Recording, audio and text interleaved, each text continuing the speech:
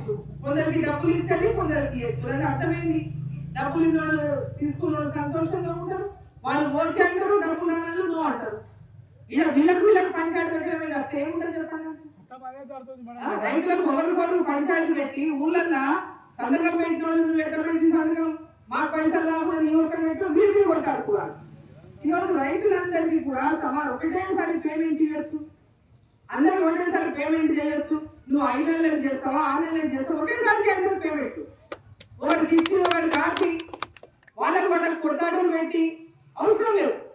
అందరూ మన రైతులే, ఏ పార్టీల వాళ్ళమైనా అందరూ మన రైతులే. ఎలక్షన్లో అప్పుడు ఎవరి రాజకీయం ఎవరు గుర్తుకుంటుంది వాళ్ళు ఉండొచ్చు, ఓట్లు వేస్తారు, వేరే విషయం ప్రజలు. కానీ అధికారంలోకి వచ్చిన వాళ్ళ బాధ్యత ప్రజలకు ఇచ్చినటువంటి హామీ నెరవేర్చాలి, ప్రజలకు ఇచ్చినటువంటి మాట నిలబెట్టుకున్నాను. ఏదైనా ఇబ్బంది ఉంటే బాబు 4 రోజులు ఆగండి, ఇప్పుడేం తొందర ఉందా ప్రాజెక్టు 4 రోజులు ఆపండి, మా వాళ్ళకి పైసలు ఇచ్చినాక వేస్తామని అందరూ చెప్పచ్చు. వాళ్ళ మీద ఇంతకుముందు ఏం మాట చెప్తే అదే మాట చెప్పచ్చు. 4 రోజులు ఆగండి. మొన్న రేవంత్ రెడ్డి గారు 2 ఏళ్ళ వరకు ఉదయం లేదు తర్వాత చేస్తామన్నారు. ఇప్పుడు ఇంకెందుకు వచ్చేందుకు వాళ్ళ మీద వచ్చేందుకు డబ్బులు పనులు పెడుతున్నారు వచ్చేందుకు. సో నేను కూడా తప్పకుండా ఉన్నటువంటి కాంగ్రెస్ వాళ్ళు కావచ్చు, బీజేపీ వాళ్ళు కావచ్చు, టీఆర్ఎస్ వాళ్ళు కావచ్చు, కమ్యూనిస్టులు కావచ్చు, ఊళ్ళో ఎన్ని పార్టీల వాళ్ళైనా ఉండొచ్చు, అందరు రైతులే. ఎవరు రైతులు ఎవరు ఉన్నా కూడా ఎవరైనా కూడా ఆ యొక్క గ్రామంలో ఉన్నటువంటి అందరి రైతులు కలిసి ఉమ్మడిగా ఉండి అందరూ ఏకతాటి మీద ఉండి గ్రామ సమస్యలు పరిష్కరించుకోవాలి. గ్రామ సమస్యలు పరిష్కరించుకుంటే ఎవరికి ఇబ్బందులు ఉండవు. ఇక్కడ మీ లోపల మీరు విడిపోతే రేపు మీకే నష్టం జరుగుతుంది. ఈరోజు ఒక పార్టీ వస్తుంది, రేపు ఇంకో పార్టీ వస్తుంది, ఎల్లుండి ఇంకో పార్టీ వస్తుంది.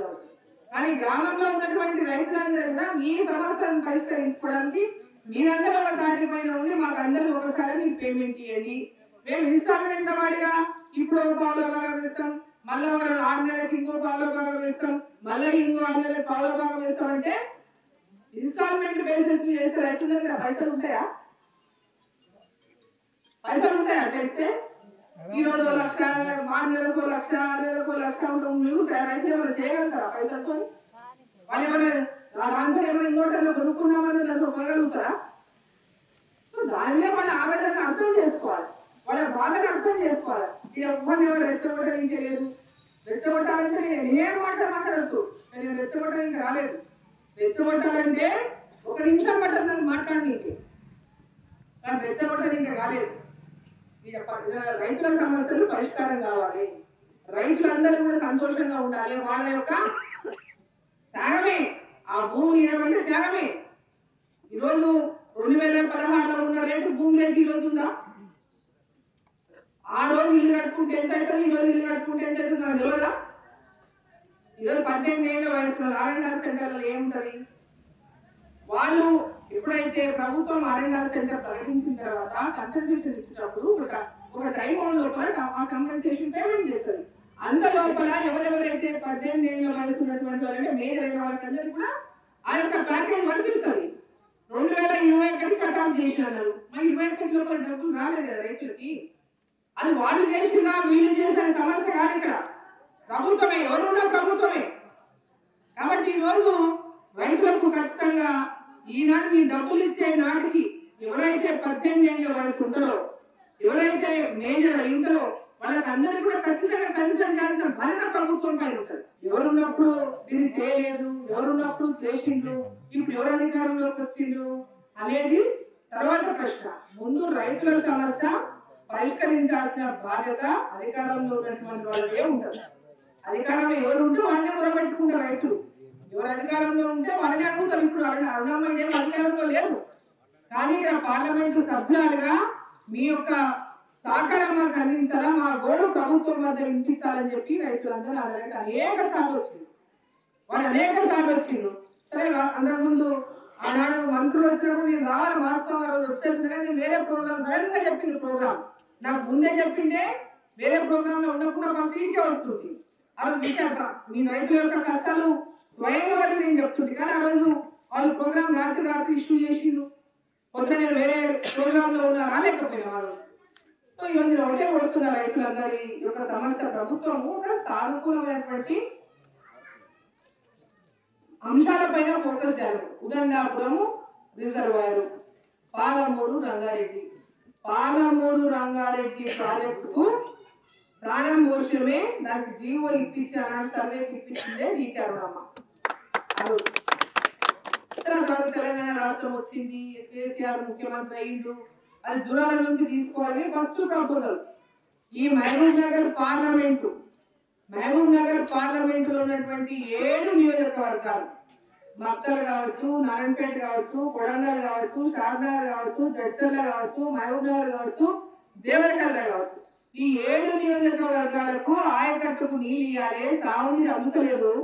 కల్వకుర్తి, నెట్టంపాడు, భీమా ఆ ప్రాజెక్టుల ద్వారా ఇరిగేషన్ అవుతున్నటువంటి సాగుకు ఎట్టయితే వాటి కింద భూమి మీద సాగు చేయించే ప్రాజెక్టు చేపట్టినామో అదేవిధంగా ఈ ప్రాంతం అంతా కూడా ఈ పాలమూరు రంగారెడ్డి ప్రాజెక్టు చేస్తేనే ఈ ప్రాంతంలో ఉన్న రైతులకు పెద్ద ఎత్తున సాగునీరు ఇవ్వగలుగుతాం. కాబట్టి ఆనాడు రిటైర్డ్ ఇంజనీర్లు అందరూ ఎంతో మంది మమ్మల్ని కలిసి ఇది కూడా శాంక్షన్ చేపిస్తే పాలమూరు జిల్లా మొత్తం సస్యశ్యామలమవుతుందని ఆనాడు మంత్రిగా నేనున్నా.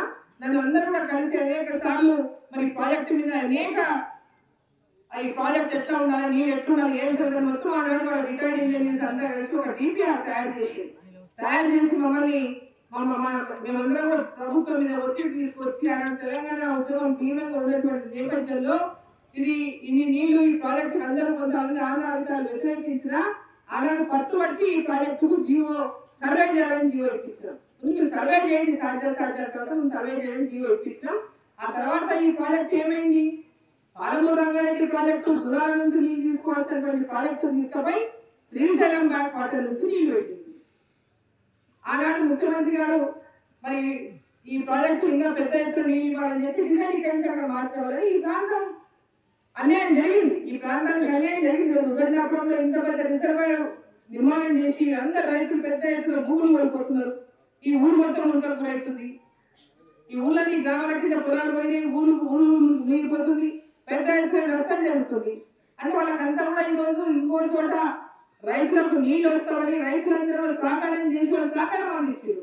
వాళ్ళందరూ కూడా పెద్ద ఎత్తున ఈరోజు ప్రభుత్వం చేపట్టినటువంటి ప్రాజెక్టులో వాళ్ళందరూ సహకరించడానికి ఇంత భూమి సేకరణ జరిగింది.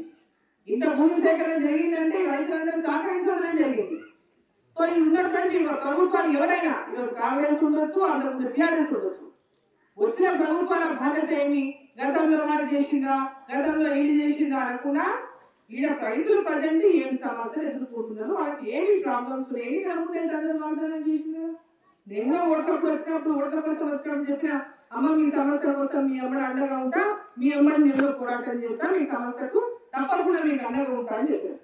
మరి ఈరోజు అందరి ముందు సరే గెలిచినటువంటి ఎమ్మెల్యే అనంత్ రెడ్డి కావచ్చు, గతంలో ఎన్నికల ముందు కావచ్చు, తర్వాత కావచ్చు, ఎన్నికల ముందు చెప్పినటువంటి హామీలన్నీ వాళ్ళు ఇచ్చినప్పుడు దీనికి ఫోకస్ చేయాలి, బాధ్యత ఎమ్మెల్యేగా అనే బాధ్యత. ఆనాడు ఫోకస్ చేసిన తర్వాత ఈనాడు సరే ప్రభుత్వం యొక్క పరిస్థితులు అనేకం ఉండొచ్చు కదా, కానీ ఈరోజు ఈ ప్రాజెక్ట్ ఉదండాపురం ప్రాజెక్ట్ ఏదైతే ఉందో నీళ్ళు ఆపాల్సిన ప్రాజెక్ట్ రిజర్వాయర్లు ఇప్పటికిప్పుడు రేపు పొద్దున నీళ్ళు ఆగిపోయింది ఏంటి, అవి నీళ్ళు ఈ దాకా వచ్చినాయి అని ఉదండాపురం రేపు పొద్దున దొరుకుతాయి, కర్రలు వెంబడే చేస్తే పరిస్థితి ఏం లేవు. మరి రైతుల కోరిక ఏదైతే ఉందో, మాకు ఏదైతే కంపెన్సేషన్ ఉందో, మన నష్టపరిహారం ఉందో, ఆ నష్టపరిహారాన్ని ముందు చెల్లించండి, చెల్లించి మీరు పనులు చేసుకోండి అంటే తప్పం లేదు. నిజంగా మా బాధ్యత. వాళ్ళ యొక్క భూములు పోయినాయి, వాళ్ళ ఇల్లు పోతున్నాయి, వాళ్ళ ఊరు మొత్తం ఖాళీ చేయాల్సిన పరిస్థితి వస్తున్నప్పుడు వాళ్ళకి ఇవ్వాల్సినటువంటి నష్టపరిహారాన్ని చెల్లించినాక ప్రాజెక్టు చేపట్టి ఎవరు అడ్డుపడరు. మరిన్ని వీడియోస్ కోసం ఛానల్ ని సబ్స్క్రైబ్ చేయండి. లేటెస్ట్ అప్డేట్స్ కోసం వాట్సాప్ ఛానల్ ని ఫాలో అవ్వండి. ఆ లింక్ డిస్క్రిప్షన్ లో ఉంది.